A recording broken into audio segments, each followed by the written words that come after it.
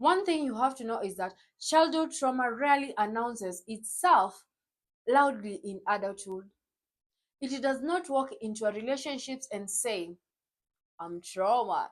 No. Welcome to the Chains and Choices podcast, breaking free from cycles and embracing new possibilities. There comes a moment in life when you realize that the pain you keep encountering in your relationships is not always about the people you choose, but about the wounds you carry into those spaces. Not every conflict is about the present moment, and not every emotional reaction is born from what just happened. Some of them are echoes, unfinished stories from earlier seasons of your life that quietly follow you into adulthood, shaping how you love, how you touch, how you protect yourself, and how safe you allow yourself to feel with others. In today's episode, we are not dissenting relationship to find fault. We are creating understanding because healing doesn't begin with judgment. It begins with awareness, as I said earlier in my previous episodes.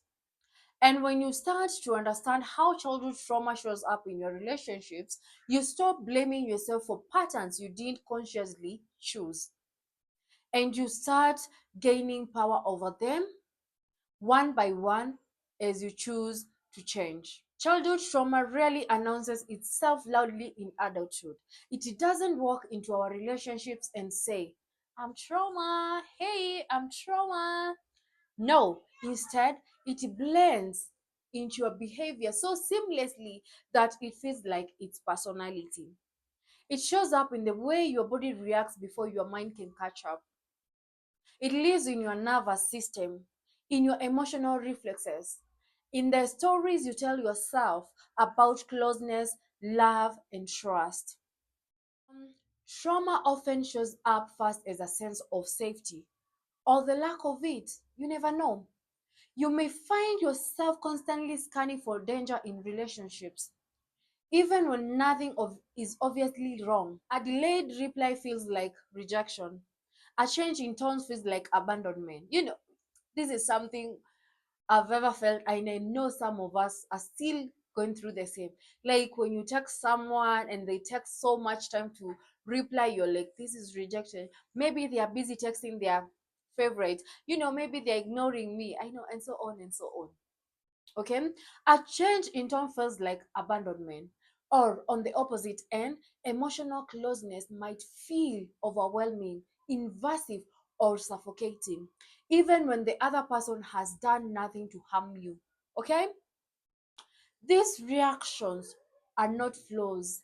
They are survival strategies that once kept us emotionally safe. And this is something I have realized. I've been talking about it, or rather touching on it, on every other episode. And I said, the things that once kept us safe are now limiting us. Do you understand? And the patterns we are encountering in day to day life, like in this present time, were once created in moments when we were trying to feel safe, were once created in moments that we were trying to feel chosen, or rather to fit in. Do you understand? If this sounds like you, if this pattern sounds like you or resonates with you, this is your safe space. Trauma also shows up in how you communicate, or rather in communication. Some people struggle to express their needs simply because they learned earlier that their needs were inconvenient, ignored, or punished. Others over explain, over apologize, or feel compelled to justify their emotions simply because they grew up feeling misunderstood or unseen. Trauma teaches you how to manage relationship to avoid pain, not how to feel secure within them. Emotionally, trauma can distort intensity. You might react strongly to situations that others see as small, or completely shut down when emotions rise. And that is completely okay. Because, for one, it's not your fault. It's whatever you went through during your childhood that is affecting your adulthood. You carry those particular patterns from childhood to adulthood. And I'm here This is a safe space for all of you to heal. We are healing a generation. The thing I kept telling myself every other time I take my tripod and my phone to shoot, I'm always telling myself, Gina, you're here for a reason. You chose this particular season to air out your podcast because this is a personal journey and you're empowering other people to heal. You understand? And this isn't immaturity or weakness, it's a nervous system responding as though the past is happening again.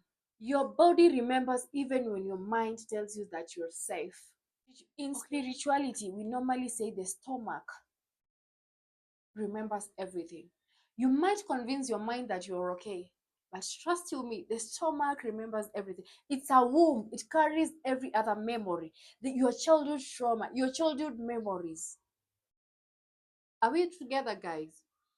I don't want to sound so spiritual, but I'm here to empower you guys. We have a choice to break the chains we inherited from our past. We have a choice to say this is where generational curses ends. You have a choice to choose better. You have a choice to choose better. And once we understand how trauma shows up, it becomes easier to recognize where it shows up. Because trauma doesn't limit itself to one kind of relationship. In romantic relationships, childhood trauma can often shape attachment. Love may feel unstable, unpredictable, or something you have to work hard to keep. You may crave closeness while simultaneously feeling abandonment, rejection, or betrayal. Or you may desire connection but emotionally distance yourself once intimacy deepens. Do you understand? You may desire connection but emotionally distance yourself when intimacy deepens. Many people unconsciously repeat familiar emotional patterns, not because they enjoy them, but because familiarity feels safer than uncertainty, even when familiarity hurts.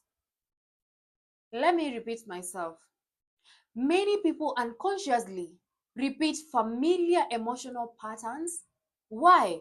Not because they enjoy them, but because familiarity feels safer than uncertainty, even when familiarity hurts. Think about that. In friendship, trauma can create imbalance. You may become the dependable one, the listener, the fixer, or the emotional anchor, while quietly neglecting your own needs. Or you may keep friendship at a surface level, avoiding vulnerability simply because being truly seen feels risky. Trauma teaches you how to Trauma teaches you how to be useful or invisible, depending on what once protected you. How you behave, how you carry yourself in friendship is a result of your past. And let me tell you something. I have always suffered this kind of being the listener, the fixer, and the emotional anchor in my friendship. But again, I was like, enough is enough. I realized that I have been repeating cycles every other friendship I make, and at some point, way back in 2023, I was like, you know what, I'm done. I'm done being a friendship person. I'm done being a friends person. I'm like, yeah, I can be the shoulder you want to lean on, but I'm not doing friendship thingy because I feel like I'm always the one giving out solutions, advising, caring too much, doing follow-up texts and calls, too much, too much, too much. But I broke that cycle. It was a moment I was talking to myself and I'm like, you know what, Gina, let's put this to an end. This is where this friendship thingy ends, and this year I'm so open for genuine, supportive, God intended, I mean, like, intentional friendship. I'm so open for friendship. I can't wait to see what the year has for me. Family relationships often carry the heaviest emotional weight. These are the relationships tied to history, obligation, loyalty, and unspoken expectations. You may feel responsible for maintaining peace even at the expense of your own well being. Or you may struggle with guilt for creating distance, even when distance is necessary for healing. Trauma doesn't erase love, it complicates it. It blurs the line between connection and self protection. Think about it. And then there is the most important relationship of all, the relationship you have with yourself. Trauma shapes how you speak to yourself internally, how you treat your mistakes, how you define your worth, and how safe you feel in your own body. If rest feels undeserved, in if rest feels undeserved, peace feels unfamiliar, self-compassion feels uncomfortable. That didn't start with you. It started somewhere earlier. Okay? And what do I mean when I say earlier? It started way back in your childhood.